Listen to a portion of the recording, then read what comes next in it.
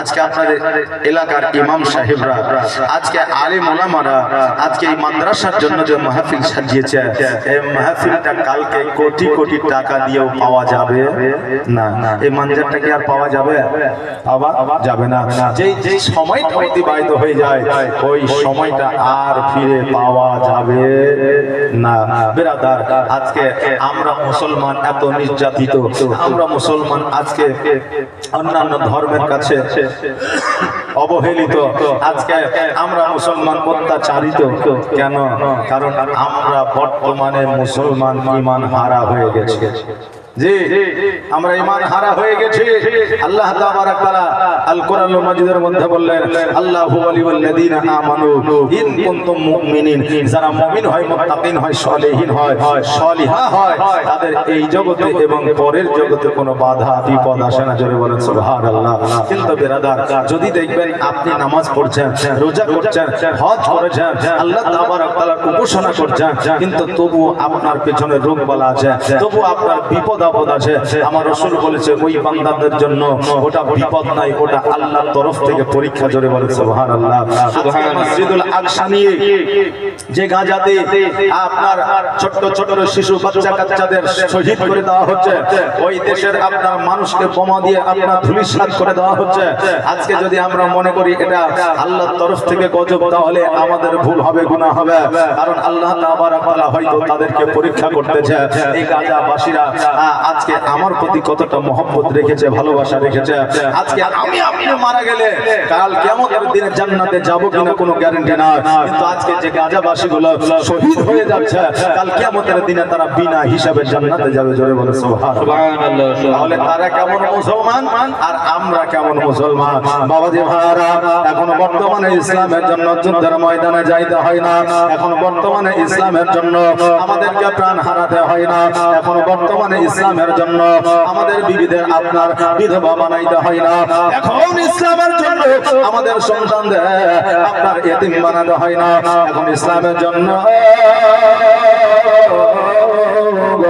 আমাদেরকে প্রাণ বাজি রাখতে হয় না। কিন্তু এমন একটা সময় ছিল রে বাবা, এমন একটা দিন ছিল যেই দিন আমার নবী মুস্তাফা সাল্লাল্লাহু তাআলা আলাইহি ওয়াসাল্লাম ডাক দিতেন, যখনই বলে দিতে এই আমার সাহাবীরা তোমাদেরকে যুদ্ধের ময়দানে যাইতে হবে, সঙ্গে সঙ্গে ওই সাহাবী তলোয়ার খানা বের করে, ঢাল খানাকে বের করে, সঙ্গে সঙ্গে যুদ্ধের ময়দানের দিকে অগ্রসর হয়ে যাইতে।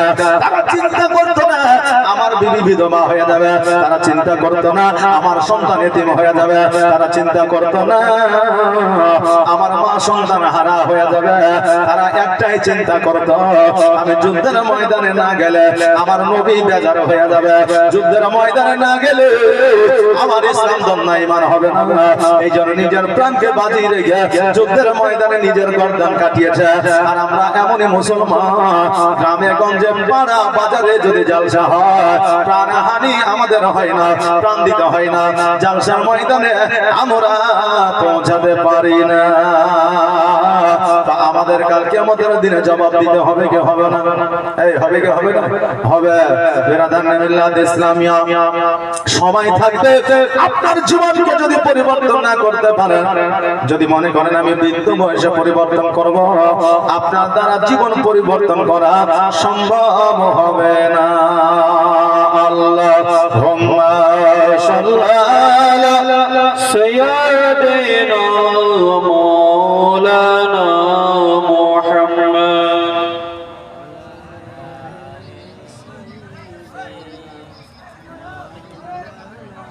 মুহাম্মদ সাল্লাল্লাহু আলা মুহাম্মাদিন মুহাম্মদ আহদম সুবহান সিলি কলো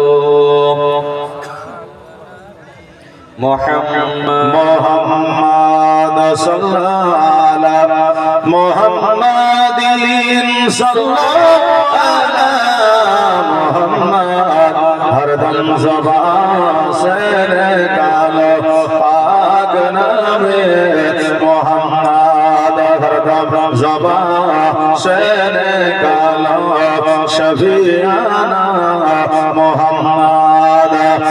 বাবাজি ভাইরা, আজকে আমাদের বর্তমানে প্রাণ দিতে হয় না, জান দিতে হয় না। আমার নবী মুস্তাফা সাল্লাল্লাহু তাআলা আলাইহি ওয়াসাল্লামের সাহাবীরা নিজের প্রাণ দিয়ে দিয়েছে, জীবন দিয়ে দিয়েছে। বিবির কথা চিন্তা করে নাই, সন্তানের কথা চিন্তা করে নাই, সন্তানের কথা চিন্তা করে না। আজকে বর্তমানে আমরা সন্তানের চিন্তায় আমরা নামাজ পড়তে যাইতে পারি না। আজকে সন্তানের চিন্তায় আমরা ইবাদত করি না। যদি জিজ্ঞাসা করা হয় তুমি আল্লাহর ইবাদত কেন করো না, বলবে হুজুর গো এই বয়সে করবে ব্যস্ত আছে। এই বয়সে যদি আমরা নামাজ পড়তে শুরু করে, মসজিদে যাওয়া শুরু করে, আমার সন্তানের ভবিষ্যৎটা তৈরি করতে পারব না। আহারে, আজকে তোমার চিন্তা তুমি করো, তোমার সন্তানের ভবিষ্যৎ তুমি ভাববা, তোমার সন্তানের রুজির কথা তুমি ভাববা। এটা আমার আল্লাহ তাবারাক তাআলা তোমাকে পাওয়ার দেয় না, কারণ প্রত্যেকের রুজির মালিক হলো আমার আল্লাহ। বাবাজি ভাইরা, আমার মায়েরা, ওই বাবা সন্তানের জন্য নামাজ পড়তে যায় না। ওই বাবা যখন অন্ধকার কবরে চলে যায়, ডান দিকের মাটি বাম দিকের মাটি যখন তাকে চাপ দেয়, এই সন্তান বাঁচাতে পারে না। যখন জাহান্নামের অগ্নিতে চলে যায়, এই সন্তান বাঁচাতে পারে না। কেননা সন্তানকে এমন শিক্ষা দিয়েছে রে বাবা, সন্তান বাপের জন্য একবার হাত দুখানা তুলে দোয়া করতে পারে না। এই জন্য আমার নবী মুস্তাফা সাল্লাল্লাহু তাআলা আলাইহি ওয়াসাল্লাম বলেছে, পৃথিবীর মধ্যে ওই বাবা সবচাইতে ভাগ্যবান বেশি, যার নিজের সন্তান নিজের বাপের জানাজা পড়ায়। ধরে বলেন সুবহানাল্লাহ। আজকে আমরা মাহফিলে যদি যাইতে না পারি, আজকে আমাদের মতো বড় লজ্জা আর কিছুই নাই। কারণ আজকে ফিলিস্তিনের বুকে যে মানুষকে শহীদ করে দেওয়া হচ্ছে, আজকে গাজাবাসীদেরকে যে শহীদ করে দেওয়া হচ্ছে, আজকে আমরা এই জায়গা থেকে ফেসবুকে থেকে আহারে উহুরে করছি, কত ব্যথা লাগছে বলছে। কিন্তু ব্যথা যদি আপনার থাকতো, আহা উহু না করিয়া মসজিদে যাইয়া নামাজ পড়িয়া আল্লাহর দরবারে ওই ফিলিস্তিনের জন্য দোয়া করতো, শুধুমাত্র আহা করে, কিন্তু আসলে মনের দিক থেকে তাদের কোনো মহব্বত নাই। কি করে মহব্বত থাকবে?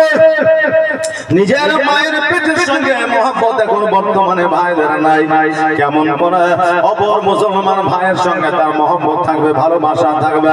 সম্ভব নয়, সম্ভব নয়। যতক্ষণ পর্যন্ত নিজের ভাইকে ভালো না বাসতে পারবে, ততক্ষণ পর্যন্ত প্রতিবেশীকে ভালোবাসতে পারবে না।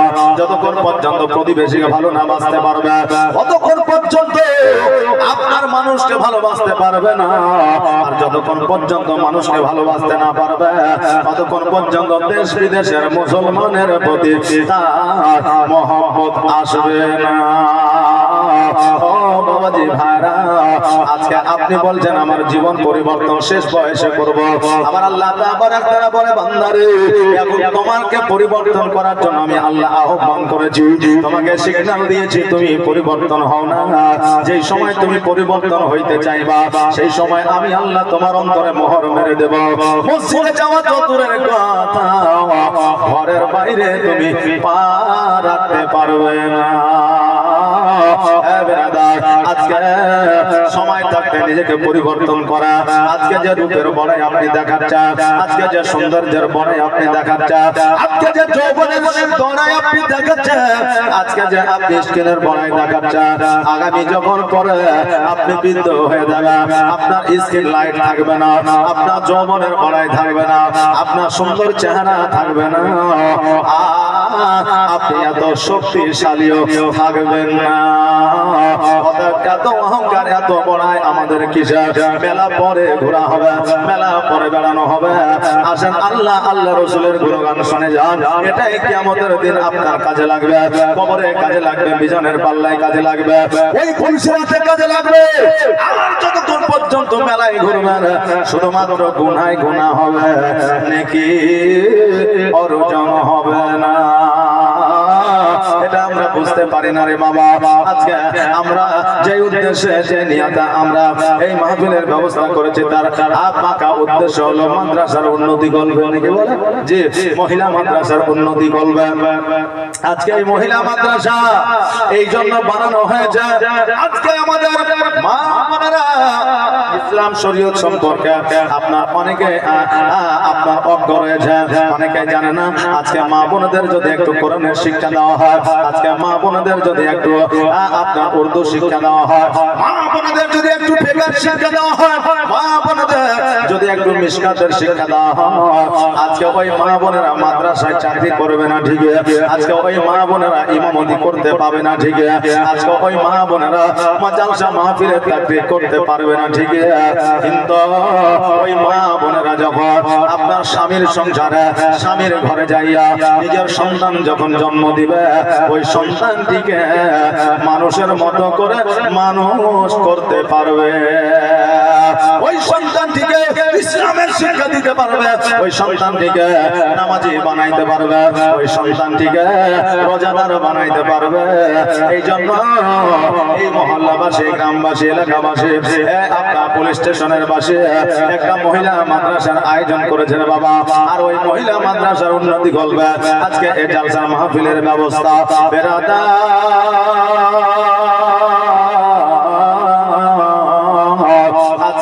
কোন মহিলা যখন শরীয়তের শিক্ষা সে অর্জন করবে, তার দ্বারা বাপ মাকে অন্যায় কথা বলবে না, তার দ্বারা স্বামীর সঙ্গে দুর্ব্যবহার হবে না, তার দ্বারা পাড়া প্রতিবেশের সঙ্গে খারাপ আচরণ আপনার পাওয়া যাবে না।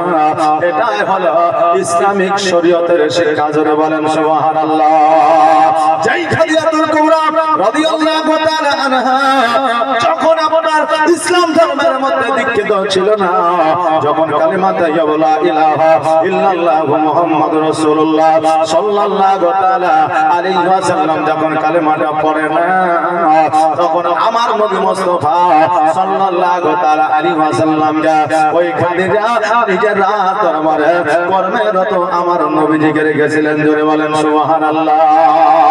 যেই দিন খাদিজাতুল কুবরা রাদিয়াল্লাহু তাআলা আনহা বিবাহের প্রস্তাব পাঠাইলেন আমার নবীকে, আমার নবী মুস্তাফা সাল্লাল্লাহু তাআলা আলাইহি ওয়াসাল্লামের যখন প্রস্তাবটা গেল, আমার নবীজি বললেন, উমাইয়া আচ্ছা খাদিজা আমার কাছে বিবাহের প্রস্তাব পাঠিয়েছে, তবে শোনো রে, আমার আব্বা নাই, আমার মা নাই, এটা ঠিক, কিন্তু আমার অভিভাবক আমার চাচারা রয়েছে, চাচা আমিরা হামজা রয়েছে, চাচা আবু তালেব রয়েছে, তারা যতক্ষণ পর্যন্ত হ্যাঁ না বলবে আমি অতক্ষণ পর্যন্ত বিয়ে রাজি হইতে পারবো না। আর আমার চাচারা যদি রাজি হইয়া যায় আমি নবী রাজি হইয়া যাব। জোরে বলুন সুবহানাল্লাহ।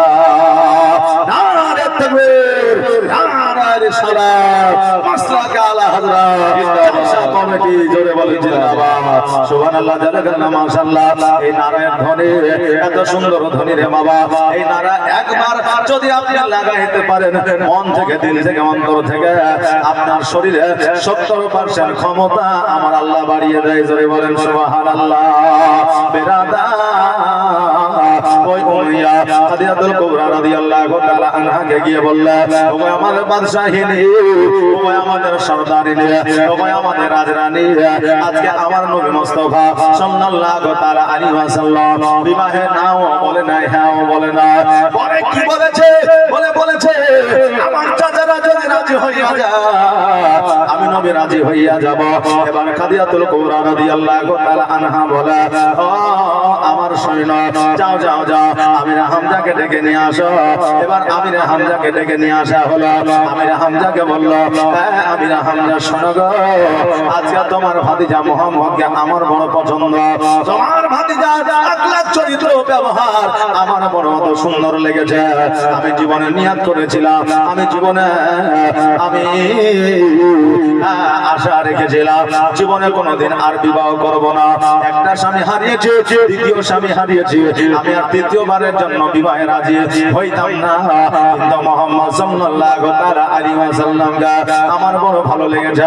মুহাম্মদ সাল্লাল্লাহু তাআলা আলাইহি ওয়াসাল্লাম আচরণ ব্যবহার আমার বড় ভালো লেগেছে, এই জন্য প্রস্তাব পাঠিয়েছে। ওগো আমিরা হামজা, তোমার ভাতিজার যদি বিবাহ দাও আমি খাদিজা বিবাহ করতে রাজি আছি। জোরে বলেন সুবহানাল্লাহ। আমিরা হামজা বললেন, আমি তো একাই ডিসিশন নিতে পারবো না, আমি তো একাই বলতে পারবো না। কারণ হলো আমার ভাতিজাকে জানার দরকার আছে, বিষয় আছে। কেন না, আমি যদি রাজি হইয়া যায়, আমার ভাই যদি রাজি না থাকে, আমার ভাতিজা যদি রাজি না থাকে, এই জন্য একটা আলোচনা দরকার আছে। এবার আমির হামজা রাদিয়াল্লাহু তাআলা আনহু বাড়িতে আসলেন। বাড়িতে আসার পরে এবার আমার নবীজিকে ডাক দিলেন, তিনার ভাইদেরকে ডাক দিলেন, যাওয়ার পরে একটা আলোচনা করলেন। আলোচনার মাধ্যমে চাচারা এই ডিসিশন নিলেন যে আমার মুহাম্মদ সাল্লাল্লাহু তাআলা আলাইহি ওয়াসাল্লামের আব্বা নাই মা নাই, আজকে খাদিজার রাজ দরবার আছে, জমি আছে, জায়গা আছে, টাকা আছে, পয়সা আছে। আজকে যদি খাদিজার সঙ্গে বিবাহটা দিয়ে দিই, আমার নবী মুহাম্মদ সাল্লাল্লাহু তাআলা আলাইহি ওয়াসাল্লাম বড় সুখী হয়ে যাবে। এই বলে চাচারা বলল, মুহাম্মদ আজকে খাদিজার সঙ্গে আমরা তোমার বিবাহ দিতে যাই, বলো বলো তুমি রাজি আছো কিনা? তুমি আমার বলে, চাচা গো আজকে আপনারা যদি রাজি হন, আমি মুহাম্মদ আমিও রাজি হইয়া যাব। আমির হামজা বলল, ও ভাতিজা শোনো, আমরা ডিসিশন নিয়েছি তোমার বিবাহ খাদিজার সঙ্গে দিব, তুমি রাজি কিনা বলো। আমার নবীজি বলল, চাচা আমিও খাদিজাকে বিবাহ করার জন্য রাজি, কিন্তু তিনটা শর্ত রয়েছে। এই তিনটা শর্তে যদি আমার খাদিজা রাজি হইয়া যায়, আমি বিবাহতে রাজি হইয়া যাব। আমির হামজা বললেন, কি কি শর্ত বলো? বলে, এক নম্বর শর্ত হলো খাদিজার যত জমি আছে, জায়গা আছে, টাকা আছে, পয়সা আছে, হীরা আছে, মণিমুক্তা, সোনা দানা আছে, সব কিছু গরিবদের মধ্যে বিলি বন্টন করে দিতে হবে, দান করে দিতে হবে। আর দ্বিতীয় আপনার শর্ত হলো আমি একটা খেজুর দেব, এক সপ্তাহ পরে যদি আপনার খাইতে বসে ক্ষুধার্ত মনে হারে যদি থাকে আর খেজুর খাইবে, এমন সময় ফকির দরবেশ যদি চলে আসে, নিজে না খাইয়া ফকিরের দরবেশকে দিয়ে দিতে হবে। আর তৃতীয় শর্ত হইল আমি একটা কাপড় দেব, ওই কাপড়টা পরিধান করে জীবন যাপন করবে। তৃতীয় কাপড় আমার কাছে চাইতে পারবে না, কারণ আমি যদি কাপড়টা দিতে না পারি, আমি বিবির কাছে স্বামী লজ্জিত হইয়া যাব। আরে বাবা, আমির হামজা বলে, এ ভাতিজা কেমন করে তিনটা শর্ত মেনে নেওয়া যায়? আজকে একজন রানী বাদশাহীর যার টাকার অভাব নাই, যার পয়সার অভাব নাই, সে কোন কাপড়টা পরবে সেটা সে সিদ্ধান্ত নিতে পারে না, কারণ এত কাপড়। সেই মহিলা একটা কাপড় পরে কেমন করে জীবন যাপন করতে পারে? যেই মহিলা জীবনে রান্না বান্না করে না, কি খাবার খাবে, যেটা পছন্দ সেটাই বলেছে, সেটা তৈরি হয়ে গেছে, কারণ তার বাড়িতে খাবারের অভাব না। কেমন করে একটা খেজুর খেয়ে থাকবে, এক সপ্তাহ কেমন করে অনাহারে থাকবে? আর এত জমি জায়গা সম্পত্তি ফকির মিসকিনের মধ্যে সব কেমন করে দান করতে পারে? সেটা তো সম্ভব না। আমার নবীজি বললেন, চাচা গো একবার খবর লে আপনার খাদিজার কাছে খবরটা যদি নিয়ে নে, নিশ্চয়ই আমার খাদিজা রাজি হইয়া যাবে।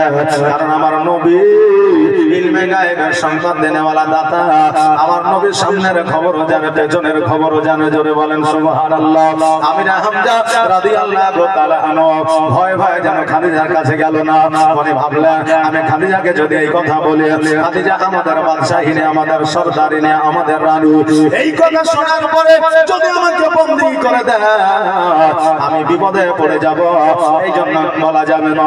এবার 2 দিন 4 দিন যখন পার হয়ে গেল, এবার আমির হামজাকে ডাক দিল। এবার আমির হামজা যখন খাদিজার দরবারে গেল, খাদিজা বলে, চাচা আজকে কোন খবর আমার কাছে আসলো না, কারণটাকে? আমির হামজা বললে, খাদিজা মুহাম্মদ সাল্লাল্লাহু আলাইহি ওয়াসাল্লাম বিবাহে রাজি হয় না।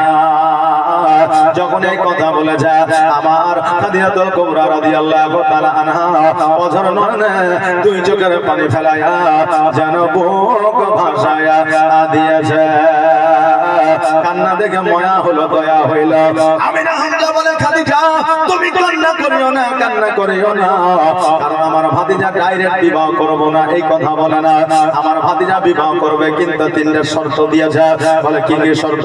বলে এক নম্বর তোমার জমি জায়গা টাকা পয়সা ধন সম্পদ গরিবদের মধ্যে বিলি বন্টন দান করে দিতে হবে।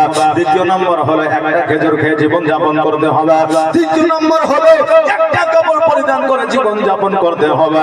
যদি এই তিনটা শর্তে তুমি রাজি হইয়া যাও, আমার নবী বিবাহে রাজি হইয়া যাবে। আমার খাদিজাতুল কুবরা রাদিয়াল্লাহু তাআলা আনহা দুই চোখের পানি ছেড়ে দিয়ে বলে চাচা এই তিনটা শর্ত তো দূরের কথা, আমার নবী যদি আমার কলিজা চাইতো আমি নির্দ্বিধা আমার কলিজাটাকে বের করে আমার নবীর পায়ের তলে রেখে দিতাম। জোরে বলেন সুবহানাল্লাহ। চাচা আমি নবীজিকে এত ভালোবাসি, আজকে আমার সয় সম্পত্তি অট্টালিকা তো দূরের কথা, আমার কলিজা পর্যন্ত আমার নবীকে পার করে দিয়ে দিতাম। আমি এই তিনটা শর্তে রাজি আছি। জোরে বলা সুবহানাল্লাহ। আজকে অনেক যুবক যুবতী আছে, এরা বলবে হুজুর গো আজকে খাদিজা যদি প্রেম করে ভালোবাসা করে আমার নবীকে যদি বিবাহ করতে পারে, তবে প্রেম ভালোবাসা তো মনে হয় সুন্নাত। বলে হ্যাঁ, নামাজ পড়তে হবে এটা জানে না, জালসায় যেতে হবে এটা জানে না, রোজা করতে হবে এটা জানে না, কিন্তু বয়ফ্রেন্ড গার্লফ্রেন্ড ভালোবাসবে এটা তারা জানে, যে এটা ইসলামের সুন্নাত, শরীয়তের সুন্নাত নাকি বলে এটা তারা জানে। কিন্তু বলবো নিউ জেনারেশন যুবকরা শোনে না, শোনে না। আমার খাদিজা নবীকে মহব্বত করেছিলেন ঠিক, কিন্তু প্রকাশ্যে কোনোদিন কথাবার্তা বলে না।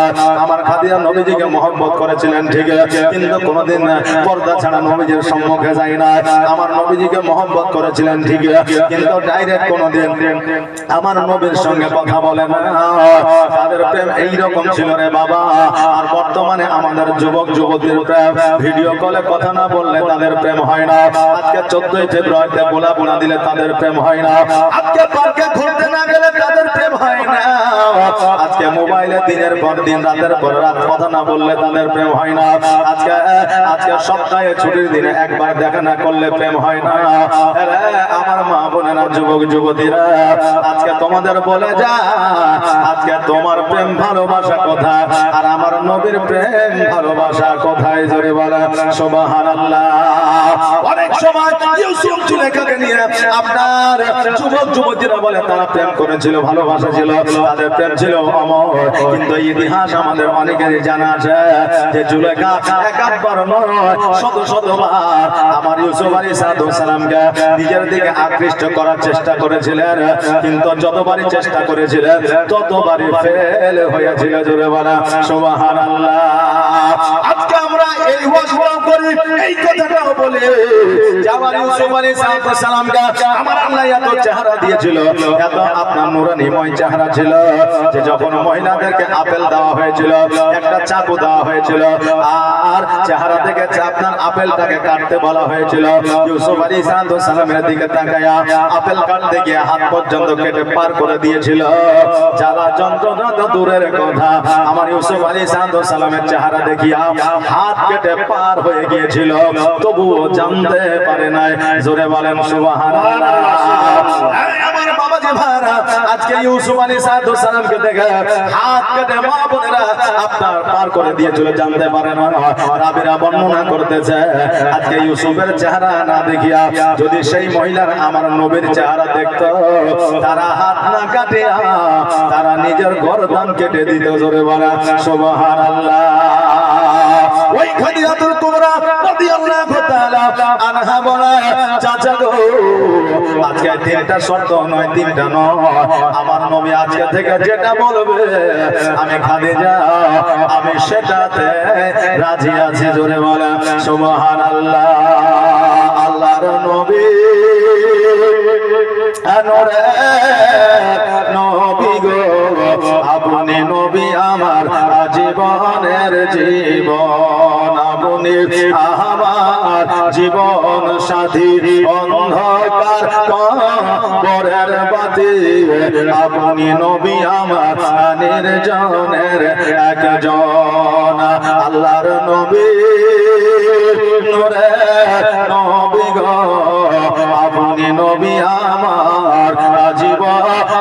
জীবন আর দেখা আপনার মজেজা ভাগবতী হয় খাদিজা আর দেখা আপনার মজেজা ভাগবতী হয় খাদিজা সব দিল নবী আজীবন আর মরণ আল্লাহর নবী নূরের নবী গো আপনি নবী আমার জীবনের জীবন আপনি আমার জীবন সাথী অন্ধকার কবরের বাতি আপনি নবী আমার নির্জনের একজন আল্লাহর নবী নূরের নবী গো আপনি নবী আমার জীবনের জীবন আমার খাদিজাতুল কুবরা রাদিয়াল্লাহু তাআলা আনহা আমার নবীজির কথা মোতাবেক রাজি হইয়া গেলে আমার নবীজি বিবাহে রাজি হইয়া গেলে আমার নবীজি একটা নয় দুইটা নয় পাঁচটা নয় সাতটা নয় দশটা নয় 20টা নয় 30টা নয় আমার নবীজি সেই আমলে শব্দটা ওট মোহরানা দিয়ে আমার খাদিজাকে বিবাহ করেছিলেন জোরে বলেন সুবহানাল্লাহ একটু আওয়াজ দিয়ে বলা যাবে না সুবহানাল্লাহ আর একটা আওয়াজ বলা যাবে না সুবহানাল্লাহ একটা আওয়াজ দিয়ে আমরা যতই লোক থাকি না কেন এমন ভাবে সুবহানাল্লাহ বলবো যাতে এই সুবহানাল্লাহ সোনার মদিনাতে পৌঁছে যায় জোরে বলে সুবহানাল্লাহ নারা রিসালাত হ্যাঁ বাবাজি ভাইরা আমার নবী মুস্তাফা 70টা উট মোহরানা দিয়েছিলেন আমার খাদিজাকে সেই সময়ে আর এখন বর্তমানে আমরা আমাদের মা বোনদের মোহরানা আদায় করে 1001 টাকা 5001 টাকা নাকি বলে যে আর পল্লামার সমাদের নিয়ে 4 লাখ 5 লাখ টাকা কারণ পল্লামা হলো হারাম ওই হারামটা আমরা 5 লাখ টাকা নিয়ে থাকি আর মোহরানা দেওয়া হলো হালাল ওই হালালটাই আমরা 5000 1000 দিয়ে থাকি এখান থেকে বোঝা যায় আমরা বর্তমানে মুসলমান আমাদের হারামের প্রতি ইন্টারেস্টটা বেড়ে গেছে আর হারামের প্রতি হালালের প্রতি ইন্টারেস্টটা কমে গেছে হারামের প্রতি আমাদের ইন্টারেস্টটা বেড়ে গেছে আমাদের মনোমানসিকতা পরিবর্তন হয়ে গেছে আমাদের মনোমানসিকতা আলাদা হয়ে গেছে পরিবর্তন হয়ে গেছে সুবহানাল্লাহ এই দেখেন মাইনের কথা বলতে বলতে মাইন চলে এসেছে অসুবিধা নাই জাযাকাল্লাহ মাশাআল্লাহ সুবহানাল্লাহ এই দেখেন আপনাদের এই ইমাম সাহেব প্রতি বছর একটা করে বুঝেন এই উরমেল দেয় প্রতি বছর হ্যাঁ তো এই উরমেল গুলো বুঝেন এক বছর ধরে চলে হ্যাঁ তো এই বলে এই রুমাল আর কিনতে হয় না আমার এই উরমালি এক বছর চলে যায় আবার সামনে বছর আসবে জলসা আবার একটা পেয়ে যাবে কি বলে সুবহানাল্লাহ এই জায়গাটা তো আমাদের কোনো ব্যাপার নেই পরিচিত জায়গা সুপরিচিত সবাই আমাকে চেনে আমিও সবাইকে চিনি আর সবচাইতে বড় কথা হলো আপনাদের যোগ্যতম ইমাম স্নেহের ইমাম মাওলানা মোহাম্মদ ফরমান আলী সাহেব উনি আমার খুব একবারে বললেন কাছের বন্ধু কাছের ফ্রেন্ড যেটাকে বলা হয় কি বলা হয় এখন যে মানে যুবক যুবতীরা বলছে যেটাকে বলে বেস্টি না বেস্টি বলে কোনটা বেস্টি বলে মানে খুব বেস্ট ফ্রেন্ড যাকে বলা হয় আমার খুব বেস্ট ফ্রেন্ড মানে সকালে বিকেলে দুপুরে জালসা না থাকলে দেখা করে একবার চাই কথা বুঝলেন তো সুবহানাল্লাহ মাশাআল্লাহ এই দেখেন জাযাকাল্লাহ কখন কি কাজে লাগবে বাবা কেউ বলতে পারবে না হয়তো এই উপহারটাই একদিন কাজে লেগে যাবে জোরে বলেন সুবহানাল্লাহ বিরাদার মিল্লাত ইসলামিয়া আমি কি বলছিলাম যে বর্তমানে মানুষের আপনার কি বলে মানসিকতা পরিবর্তন হয়ে গেছে এক বললেন লাতিকে নানি বলছে যে লাতি রে আমার খুব জ্বর হয়েছে তো চ একটু ডাক্তার দেখিয়ে এসে এখন লাদি বলছে যে হ্যাঁ তাহলে চলো কারণ লাদিকে অনেক নানি ভালোবাসে বা অনেক দাদি আপনার পোতাকে ভালোবাসে বাসে না বাসে তো এখন নানি বলছে তাহলে চ ডাক্তার দেখিয়ে এসে এখন ডাক্তার দেখাচ্ছে ডাক্তার দেখার পরে টোটো তো করে বাড়ি আসছে এখন নানি বলছে যে হ্যাঁ রে ভাই আমার শরীরটা খুব খারাপ করছে জি এখন লাদি বলছে এক কাজ করো আমার ঘাড়ের উপরে মাথা দিয়ে একটু আরাম করো নাকি তো ঘাড়ের উপর মাথা দিয়ে একটু আরাম করো, ততক্ষণ বাড়িতে পৌঁছে যাবো। এবার নানি কি করেছে, লালির ঘাড়ে মাথা দিয়ে আরাম করছে, আর ওই সামনে আরেকটা ছেলে টোটোতে উঠেছে, আর উঠার পরে দেখছে যে একজন মহিলা একজন পুরুষের কাঁধে মাথা দিয়ে আরাম করছে, আর দেখছে মহিলা তো বয়স অনেক বেশি আর এই ছেলেটার বয়স তো অনেক কম। এই চিন্তা ভাবনা করে মোবাইলে একটা ফটো তুলে ফেসবুকে আপডেট দিয়ে দিয়েছে যে ভালোবাসা কোনো বয়স মানে না। কথা বলে ভালোবাসা বয়স মানে না, আপডেট দিয়েছে, কিন্তু ও জানেই না যে এটা আর নানি আর এটা আর লাতি। কথা বলছেন না? আমাদের বর্তমানে মানসিকতা এইরকম, আমরা জিজ্ঞাসা করি না যে এটা আসলে আর কে, কারণ এখন জামাই আর শাশুড়িকে চিনা খুব মুশকিল। কথা বলছেন না? জামাই শাশুড়ি চিনা খুব মুশকিল। হয়তো দেখা যাচ্ছে যে শাশুড়ির বয়স 35-37, হ্যাঁ, এদিকে দেখা যাচ্ছে জামাইয়ের বয়স 27-28। কি বললেন? তাহলে খুব একটা বয়সের ডিফারেন্স নাই। আর 35-37 মানুষের বয়স মানে মানুষের চেহারাও ঝলকায় না, আপনার পরিবর্তন হয় না যে, আর 27-28 বছরে তো পরিবর্তন হবেই না। যে জামাই আর শাশুড়ি চেনা যায় না, তো অনেকে জিজ্ঞাসা করে না, বন্ধুর সঙ্গে দেখা হয়েছে, এই বন্ধু শাশুড়িকে নিয়ে হয়তো দেখা যাচ্ছে ভাই ব্যাংকে গেছে না হলে ডাক্তারখানা গেছে, যাওয়ার পরে বুঝছে যে ভাই না ভাবি নাকি। কথা বললেন? আচ্ছা বলেন, ওর মুখ কান থাকবে লজ্জায়, এই জন্য ভেরিফাই করো, জানো আগে যে আসলে ওটা কে। কথা বলেন না? আমরা মানুষ, আমাদের মন পরিবর্তন হয়ে গেছে, মানসিকতা চেঞ্জ হয়ে গেছে, এই জন্য আমাদের এখন বলছেন মন স্থির নাই। বেরাদার, আমাদের মনকে যতক্ষণ পর্যন্ত স্থির না করতে পারবো ততক্ষণ পর্যন্ত না ইবাদত হবে, ততক্ষণ পর্যন্ত না রোজা হবে, ততক্ষণ পর্যন্ত না আমাদের কোন উপাসনা আল্লাহর দরবারে কবুল হবে। যাদের মন স্থির নাই তাদেরকে এক প্রকারের মানসিক রোগী বলা হয়। কথা বললেন না? মানসিক রোগী বলা হয়। এখন নামাজে গেলেন, যাওয়ার পরে ইমাম সাহেব বলছে আলহামদুলিল্লাহ রাব্বিল আলামিন আর রহমানির রহিম মালিক ইয়াউমিদ্দিন, এদিকে মনে মনে ভাবছে যাচ্ছে আমি যে পেশাব খেয়ে নো, তা আসলে কি পানি নিয়েছে? আচ্ছা বলেন, নামাজ হবে? ও না যায় নামাজে দাঁড়িয়ে আছে, এখন যায় নামাজে দেখা যায় ফুল চাপা আছে, ও মনে মনে ভাবছে এটা গোলাপ ফুল না পদ্ম ফুল না গাঁদা ফুল। এদিকে সুরা দিয়ে খেয়াল নেই, নামাজ হবে না। এই জন্য মন মানসিকতা আমাদের স্থির করতে হবে। যতক্ষণ পর্যন্ত আমাদের মন মানসিকতা স্থির না হবে আমাদের কোনো কাজে আসবে না। আমার খাদিজাতুল কুবরা রাদিয়াল্লাহু তাআলা আনহাকে 70টা উট মোহরানা দিয়া আমার নবী মুস্তাফা সাল্লাল্লাহু তাআলা আলাইহি ওয়াসাল্লাম বিবাহ করেছিলেন। জোরে বলেন সুবহানাল্লাহ। সেই সময়ে খাদিজাতুল কুবরা রাদিয়াল্লাহু তাআলা আনহার বয়স ছিল বাবা 40, আর আমার নবীর বয়স ছিল 25। জোরে বলেন সুবহানাল্লাহ। ওগো দিবানা হইয়া ডাকি তোমায়, সারা দাও না গো একবার। জোরে বলেন সুবহানাল্লাহ। ওগো আশিক হইয়া ডাকি তোমায়, সারা দাও না গো একবার। আর তোমার নূরে জগৎ নূরানী, আর জিন্ন ইনসান দরুদ পড়ে ফারিস্তা আসমানী। আর তোমার নূরে জগৎ নূরানী, আর জিন্ন ইনসান দরুদ পড়ে ফারিস্তা আসমানী। জগৎ রহমতের সীমানা কাঁদে আসিতে সিজদায়, গুনাহগার আছে আমার কেমন হবে পার। দিবানা হইয়া ডাকি তোমায়, সারা দাও না গো একবার। আর প্রথম যেদিন আসিলে ভবে, আর জিন্ন ইনসান দরুদ পড়ে কত গরমে। জাগা রহমতের সীমানা কাঁদে আসিতে সিজদায়, গুনাহগার আছে আমার কেমন হবে পার। দিবানা হইয়া ডাকি তোমায়, সারা দাও না গো একবার। ওগো পাগল হইয়া ডাকি তোমায়,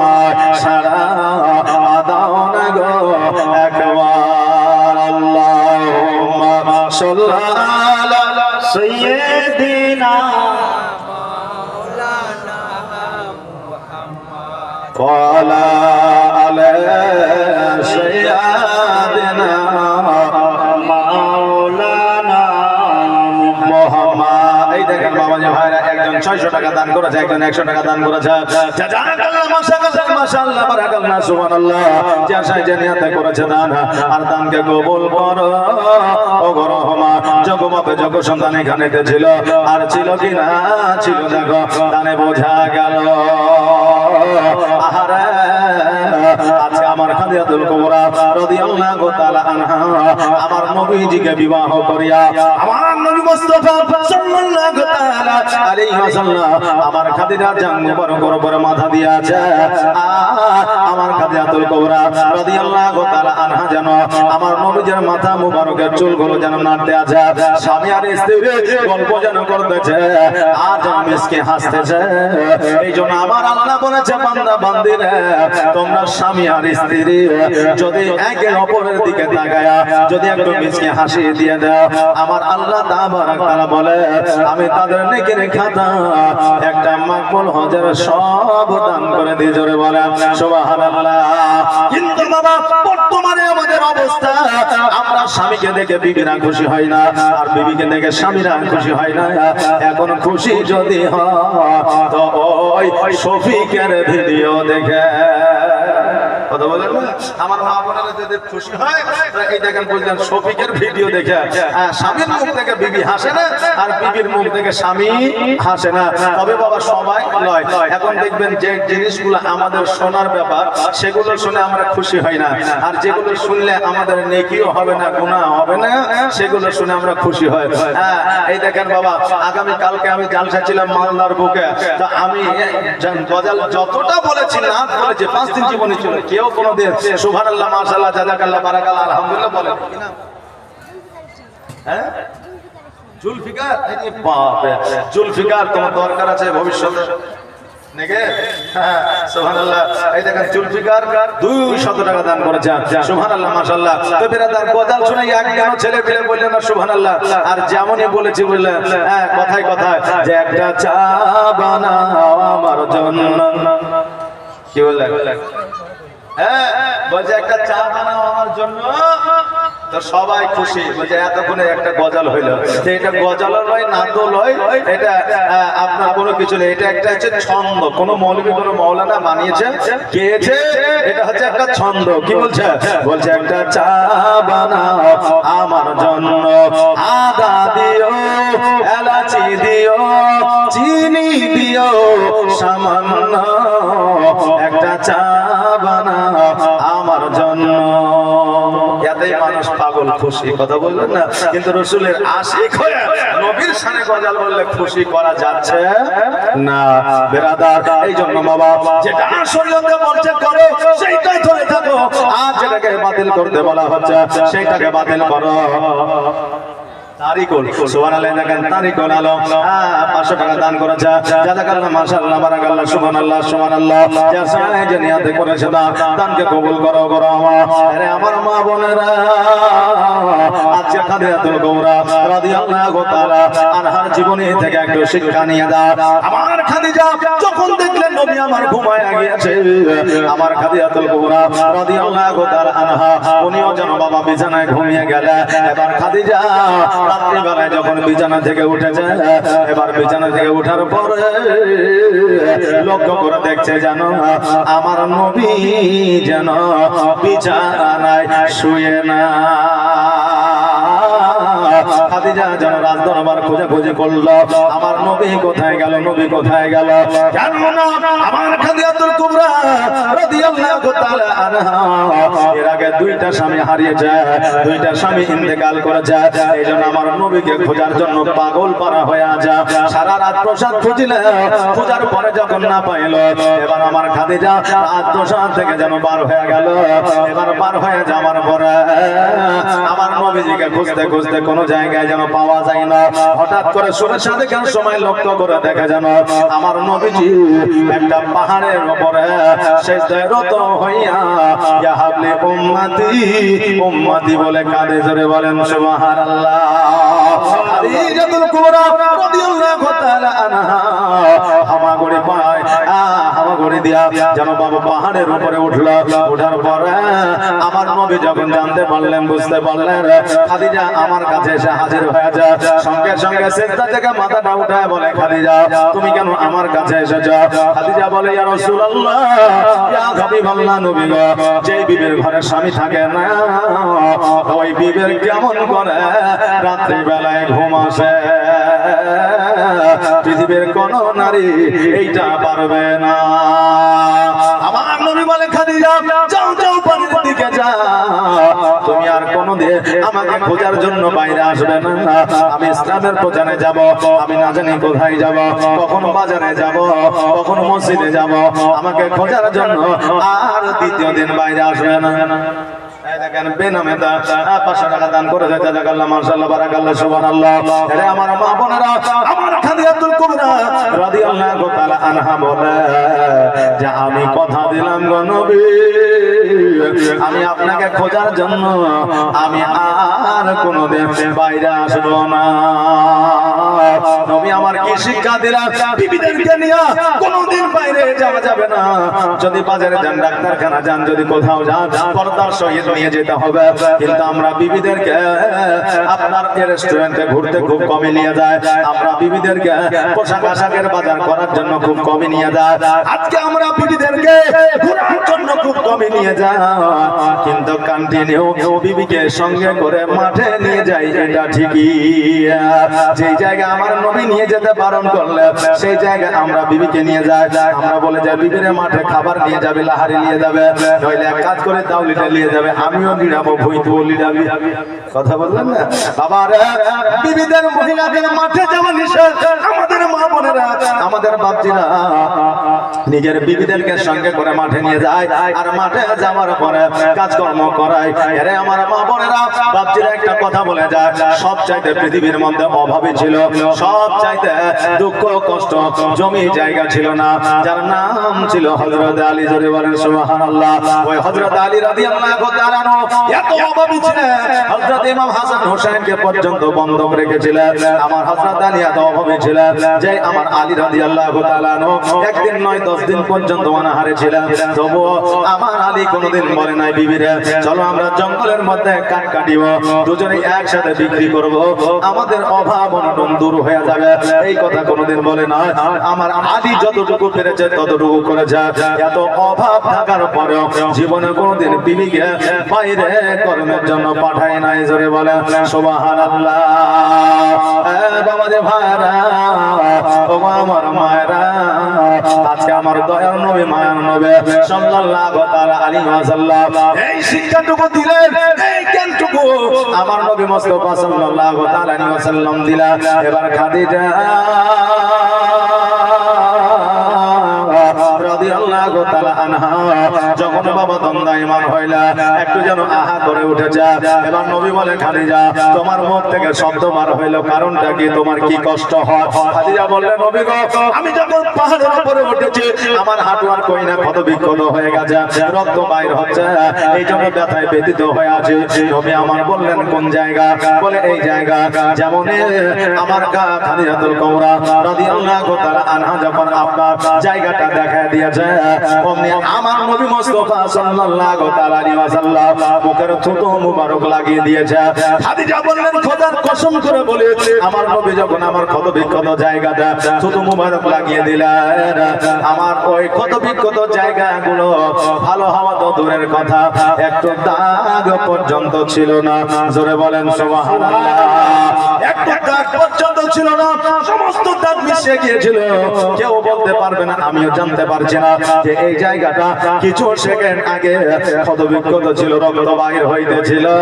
এইরকম বিজ্ঞান জগতের মধ্যে আর দ্বিতীয়বার আসবে না।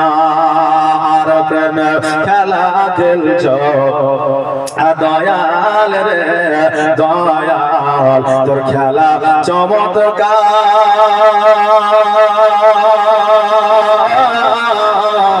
আর না পাকে মানুষ বানায়া আমি লাজবা যার রে,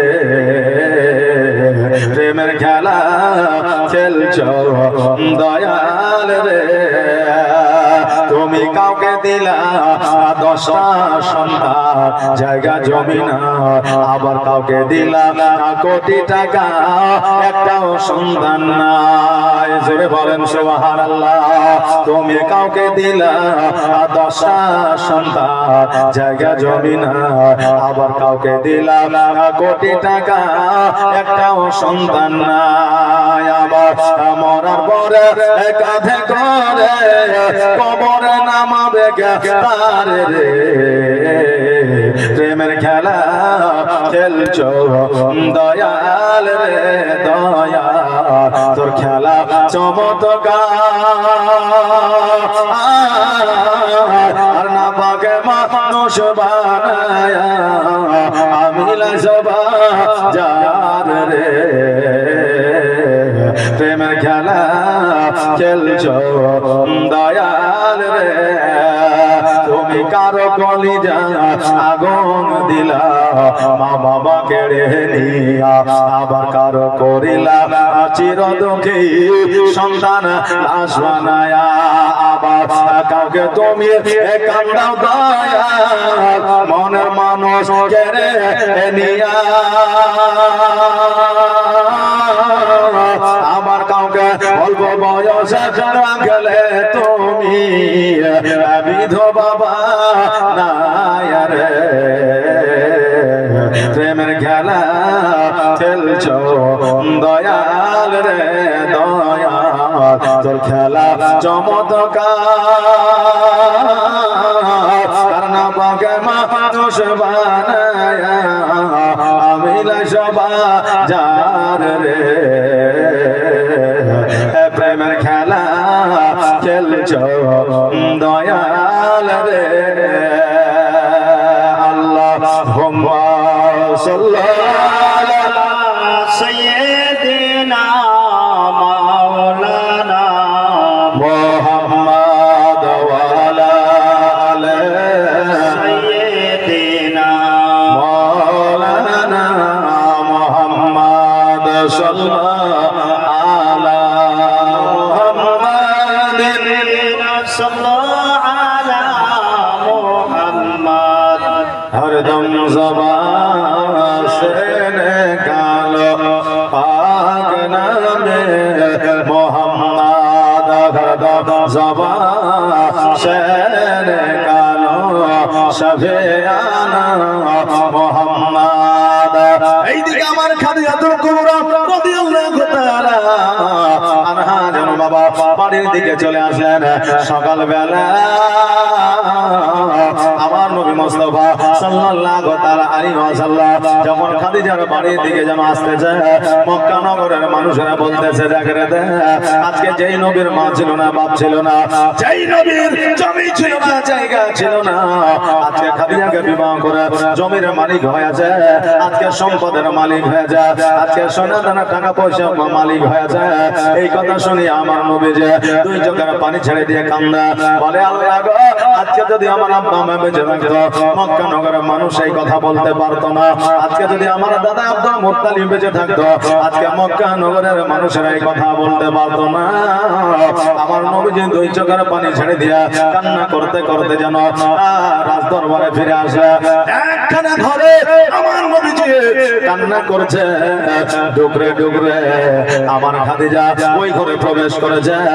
আর আমার নবীজিকে বলতেছে, নবী গো আপনি কেন এইভাবে কান্না করেন?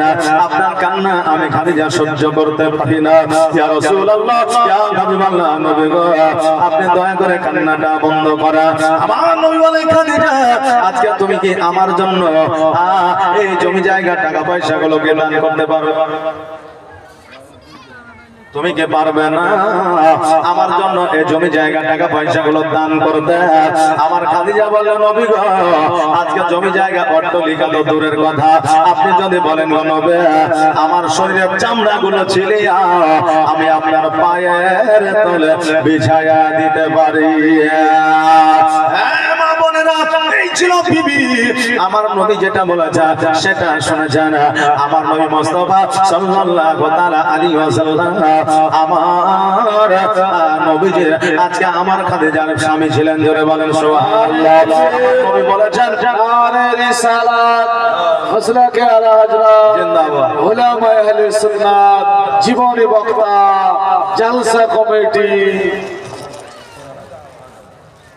সুবহানাল্লাহ এই দেখেন ইন্টারন্যাশনাল ইউটিউব ফেমাস বক্তা আপনাদের কাছে চলে এসেছে কথা বললেন না একবারে ইন্টারন্যাশনাল নদিয়ার হাসানুজ্জামান জি হ্যাঁ বলে নাম দেওয়া আছে আপনারা